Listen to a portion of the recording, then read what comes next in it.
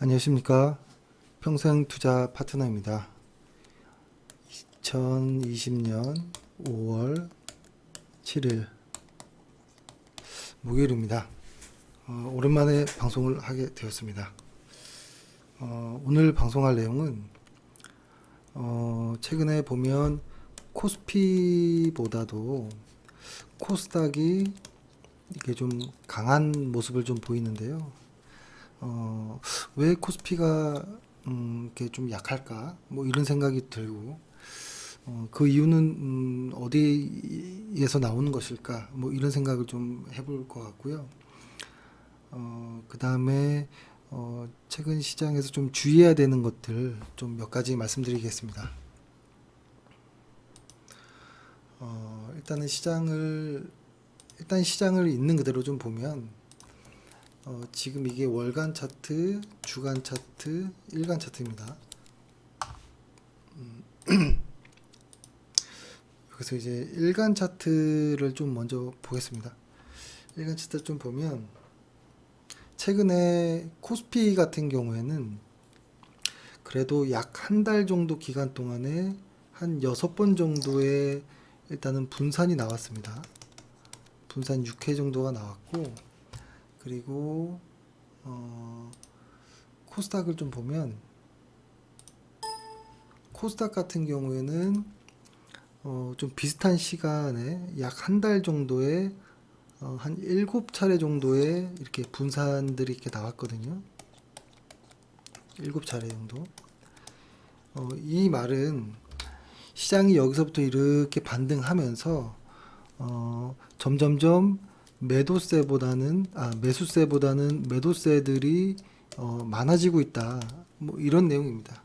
이런 내용이고, 이렇게 짧은 구간에 분산이 많아지면, 물론 오늘도 시장이 역시 강하게 상승했지만, 이렇게 분산이 많아지면 대체로 한 번에 어떤 조정들이 좀 나오기 마련이다라는 것인데, 보통 과거에도 이렇게 보면 시장이 이럴 때가 좀 많습니다.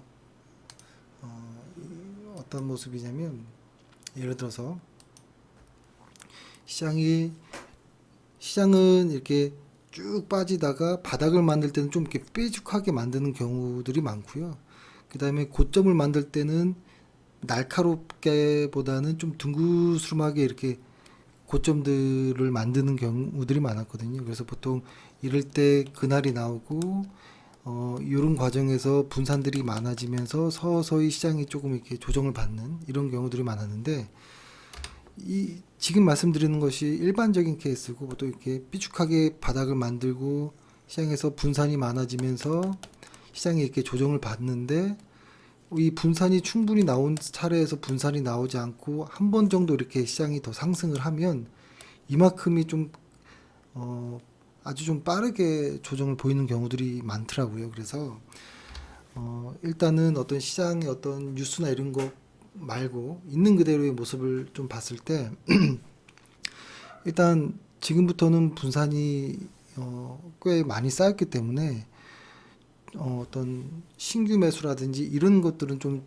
조심해야 될 필요가 있고, 지금 구간은 내 포트폴리오를 관리하는 것이 우선입니다.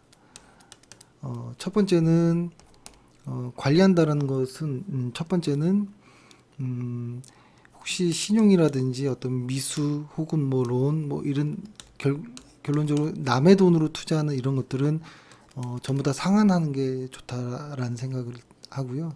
그 다음에 두 번째는 내가 보유한 종목이 내가 이미 설정해 놨던 어떤 목표 가격에 왔다면 이익 실현도 괜찮다라고 봅니다. 이익 실현도 괜찮고, 어떤 신규 매수는 조금 자제하고, 그리고 이제 세 번째는 내가 보유한 종목이지만 인제 시작했다거나 인제 바닥에서 이제 만들어지고 있다거나 뭐 이런 것들은 좀 내비둘 수 있겠죠. 근데 다만 내가 처음부터 원했던 어떤 그 목표가에 도달했다면 천천히 이제 물량을 좀 줄이는 것도 괜찮다고 봅니다. 그래서 지금은 그런 상황이라고 저희는 일단 판단을 하고 있기 때문에, 이것이 코스피가 이 부분을 이렇게 그려보면 삐죽하게 반등을 성공했지만 이 사이에서 분산이 많았거든요. 그래서 이 분산으로 인해서 지수가 완만하게 혹시라도 조정을 받는다면 차라리 시장에서 어떤 좀 혼란은 좀 없을 텐데, 이 분산이 알맞은 시기에 나오지 않고 이렇게 추가적인 어떠한 상승으로 만들어지면 그만큼 좀 강한 하락이 좀 오는 경우들이 있더라고요. 그래서 이 강한 하락이 오면 또 강한 반등이 있기 마련이겠지만, 요때 상당히 좀 애매한 이런 순간들이 오거든요. 그래서 그런 부분은 좀 일단은 조심해야겠다라는 생각은 하고 있습니다. 그래서 첫 번째는 일단 시장이 오늘도 강했고 코스피보다 코스닥이 훨씬 강하고 뭐 여러 가지 이유가 있지만, 일단은 조금 조심하고 포트폴리오를 좀 점검할 어떤 시간이 왔다라는 생각은 변함이 없고요. 이제 오늘 말씀드릴 내용 중에 왜 이렇게 코스피가 강할까, 코스닥이 강할까라는 건데요. 사실 알 수가 없죠. 그냥 추정하는 뭐 이런 것인데요. 지금 코스피 일단 한번 요거 차트를 볼까요? 차트를 보면서 설명해 보면 이렇게 보면 누적으로 3월 달부터 해서 현재까지의 모습을 이렇게 보면 외국인 같은 경우에는 한 18조 정도를 매도했고, 거래소에서 요거를 잘 안 보이니까 이 빨간색이 외국인이고요.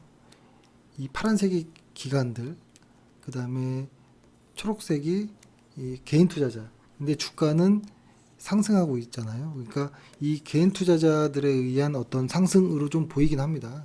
그러면서 이 외국인 투자 같은 경우에는 거래소에서 한 18조 정도를 현재 매도한 상황이고, 코스피 같은 경우가 이렇고 코스닥 같은 경우는 대략적으로 한 1조 정도 매도한 거거든요.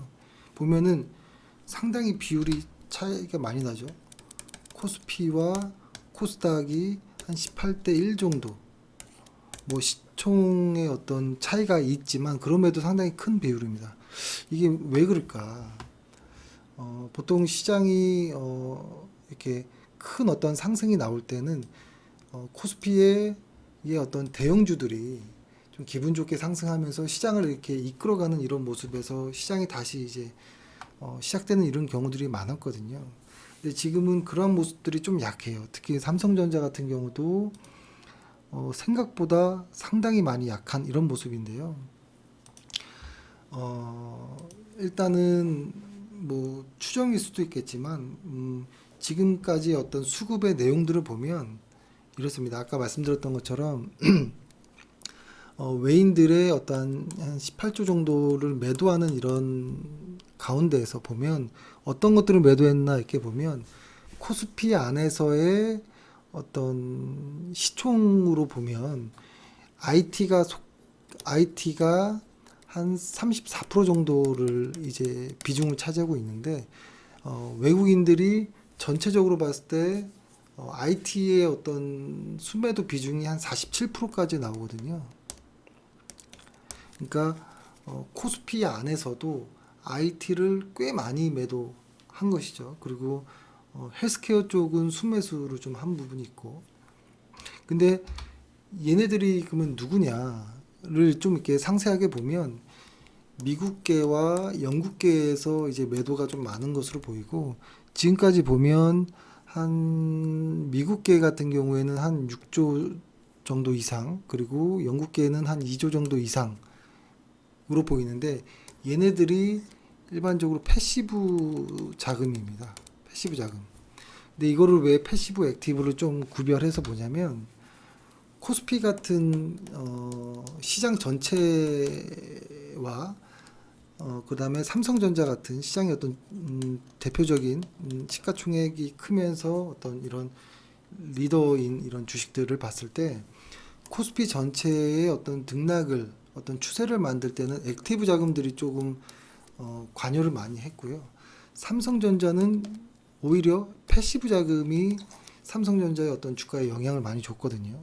근데 지금 상황에서 보면 이런 IT 쪽 대형주 쪽에 패시브 자금들이 꽤 많이 아직도 매도가 이어지고 있습니다.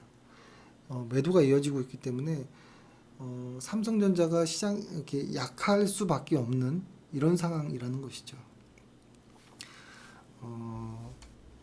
그러면 여기서 이제 조금 제가 오늘 카페에도 이렇게 삼성전자에 대한 이야기를 쓰면서 이제 말씀드렸던 것 중에 삼성전자를 매수했는데도 불구하고 단기성으로 매도를 하려는 분들이 있는데요. 이제 사실 조금 애매한 부분이 있는 거예요. 그러니까 단기로 매도하는 이유가 뭐 어떤 최근에 이재용의 어떤 뭐 뉴스라든지 뭐 이런 것들 때문에 매도한다고 하는데 조금 애매한 것이죠.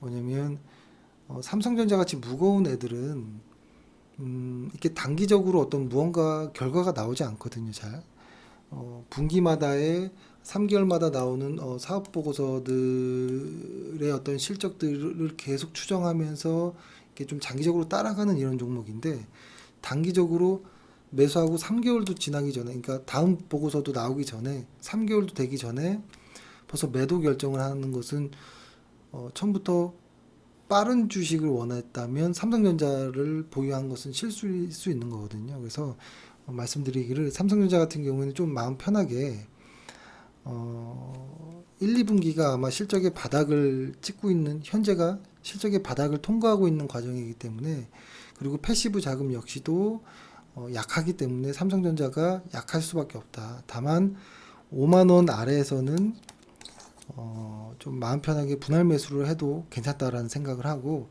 일단의 목표 주가는 한 6만 원 정도이지만 하반기로 갈수록 목표 주가는 상향될 가능성이 높습니다.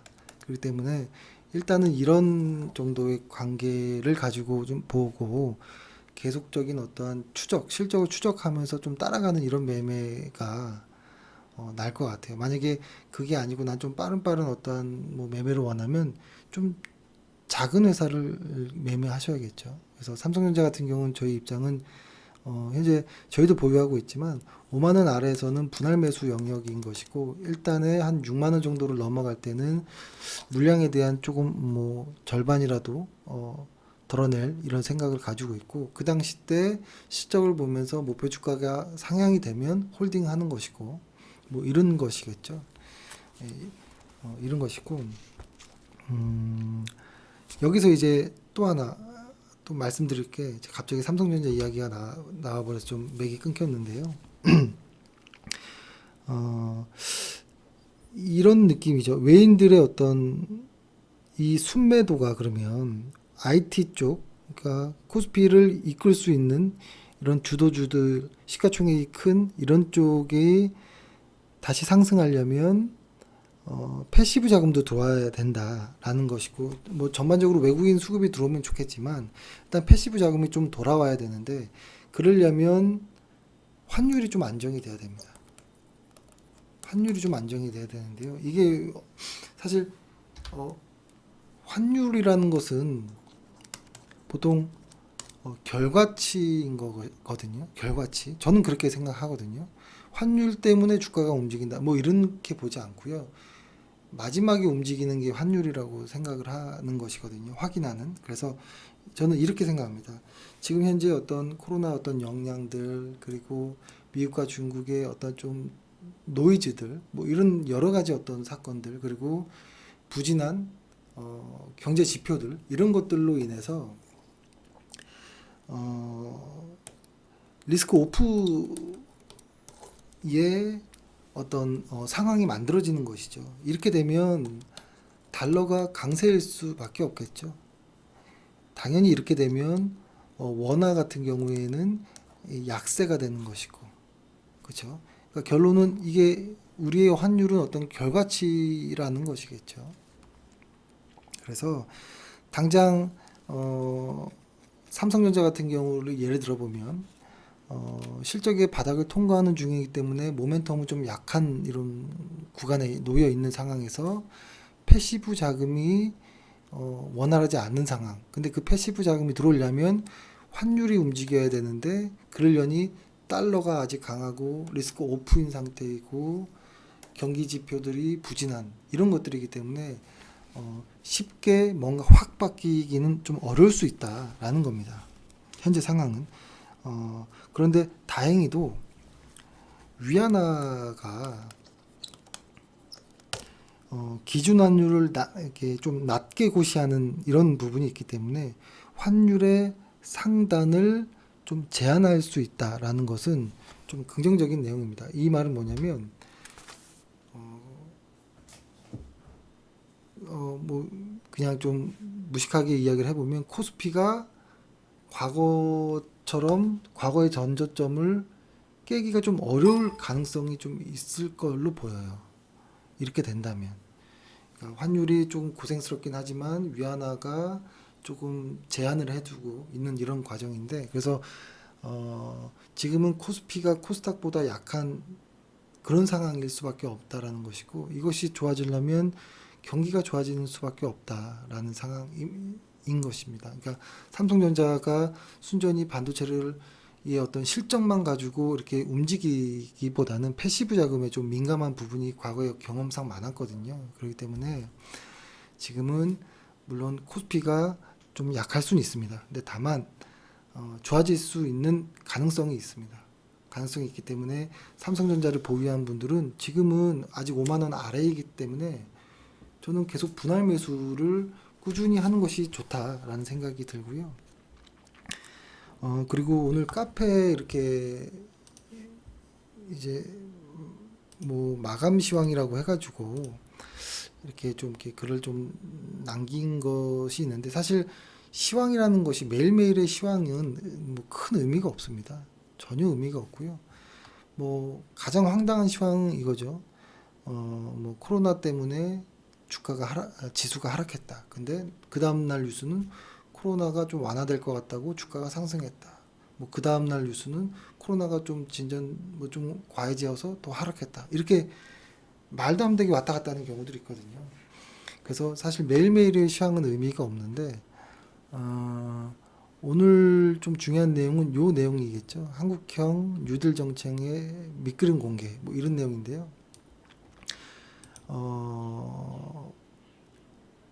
사실 이게 좀 어렵습니다. 정부 정책의 방향은 거스를 수는 없겠지만 그거에 딱 맞는 종목을 찾기는 상당히 어렵거든요. 보통 그러다 보면 테마주들이 또 극성을 부릴 겁니다. 테마주들이. 말도 안 되는 어떤 스토리만 가지고 실적 없는 스토리만 가지고 이 회사는 뭐 갈 것이다. 뭐 이런 식의 어떤 테마주들이 또 극성일 것 같은데 이런 거는 상당히 좀 조심해야 되는 부분입니다. 사실 보통 이렇게 딱 정책적으로 어떤 회사에 딱 1대1로 매칭해서 그 회사가 딱 이렇게 발전하고 이런 거는 쉽지 않고요.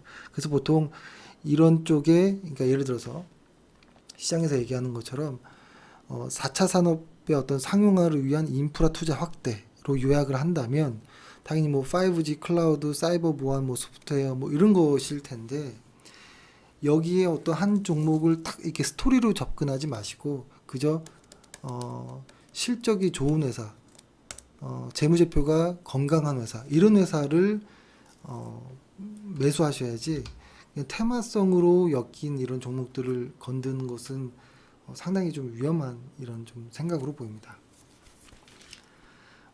그래서 오늘 일단은 시황을 좀 정리를 해보면 현재는 코스피로 수급이 좀 힘든 이런 부분들이 있는 이런 상황인데 그러다 보니까 코스닥보다 코스피가 좀 약한 부분은 뭐 알겠다라는 것이죠. 그리고 삼성전자 같은 경우에는 시장을 대표하는 어떤 종목이긴 하지만 지금 상황이 이렇게 편하진 않다. 다만 실적은 바닥을 통과하고 있는 과정이기 때문에 지금은 매수할 타이밍이라고 봅니다. 그리고 가격 자체도 5만 원 아래에서는 매우 싼 구간이거든요. 그래서 지금은 중장기로 투자하는 배당을 받으면서 중장기로 느긋하게 가시는 분들은 삼성전자를 지금 분할로 매수하는 건 좋은 전략이라고 보고요. 근데 다만 그 어떤 전체적인 상황은 쉽지는 않은 상황일 수 있다라는 것을 좀 어, 알으시면 좋고, 다만 삼성전자를 지금 사서 내년에 나는 좀 결과를 볼 거야라는 사람은 괜찮죠. 근데 오늘 사서 일주일 후에 이게 뭔가 불안해지고 결과를 내놔야 하고 이런 사람들은 매수를 안 하는 게 낫죠. 좀 작은, 차라리 좀 빠를 수 있는 그런 중소형주들을 보는 게 낫겠죠. 그렇습니다. 그래서 그런 상황이고, 근데 다만 큰 틀에서 보면 현재는 시장에서 여러 가지 어떤 이슈가 있겠지만 매수세보다 매도세가 좀 강해지고 있다는 것에 좀 신경을 써야 됩니다. 당장 매도하라 이런 의미는 아니겠지만 내 포트폴리오를 점검하고 좀 그러셔야 되는 시점이라고 봅니다. 급할 건 없습니다. 아직도 코로나가 끝난 건 아닙니다. 그렇기 때문에 천천히 좋은 회사들을 보유하고 있다면 아마 과거에도 이렇게 사례를 좀 보면 아주 시장에서 강한 이런 하락이 나왔을 때는 단기적으로는 어떤 확률이 이길 수 있는 확률이 그러니까 수익을 낼 수 있는 확률이 매우 떨어지지만 좋은 회사를 한 1년 이상 보유할 때는 거의 100% 가까운 어떤 승률로 이길 수 있는 확률이 나오거든요. 그러니까 이 단기적인 이 호흡에서 계속 실패할 이유가 없다라는 거고요.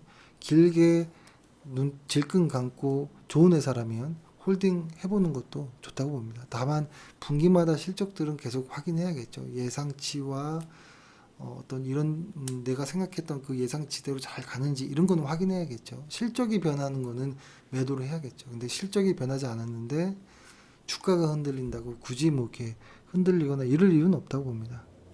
예. 그래서 최근에 좀 방송을 많이 안 했습니다. 시황이 뭐 거기서 거기였고 실적이 뭐 딱히 뭐 이렇게 볼 게 없었기 때문에 그랬는데요.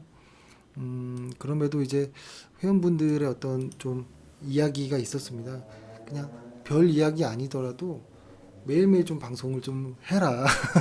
이런 이야기를 하셔가지고 좀 최대한 노력을 하려고 하고요. 근데 대신에 매일 어떤 방송을 하면 재미가 없잖아요. 그래서 회원분들이랑 좀 이야기를 해보니까 좀 여러 가지로 해라라고 하더라고요. 그러니까 그러니까 저희 회원 간의 어떤 인터뷰도 좀 예전처럼 좀 넣고, 그 다음에 실제 매도했으면 그 매도에 대한 어떤 결과도 그냥 이야기해달라라는 분이 있었고, 그리고 그 다음에 잠시만요.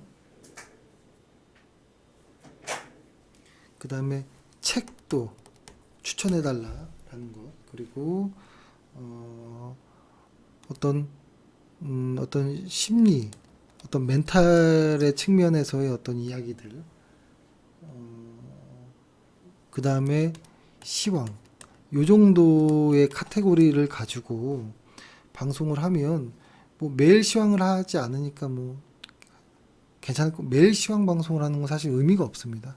그렇기 때문에 한 요 정도의 어떤 분류로 방송을 좀 했으면 해달라. 뭐 이렇게 회원분들과 많이 통화했을 때 요 정도로 이렇게 계속 돌아가면 괜찮지 않을까? 뭐 이런 얘기를 하시네요. 그리고 카페에는 지금처럼 이제 관심 종목들을 계속 좀 설명하는 것, 이런 것들 이야기하고, 그리고 매수 매도는 텔레그램을 통해서 이제 보내드리는 것, 뭐 이런 것, 이렇게 좀 다시 좀 정리를 하려고 합니다. 그렇게 하고 일단은 방송 길이를 최대한 좀 짧게 최대한 좀 하려고 노력하겠습니다. 예, 고생 많으셨고요. 예, 내일 금요일입니다. 내일 코덱스 200 적립식으로 매수하는 날짜입니다. 예, 그럼 내일 뵙겠습니다. 감사합니다.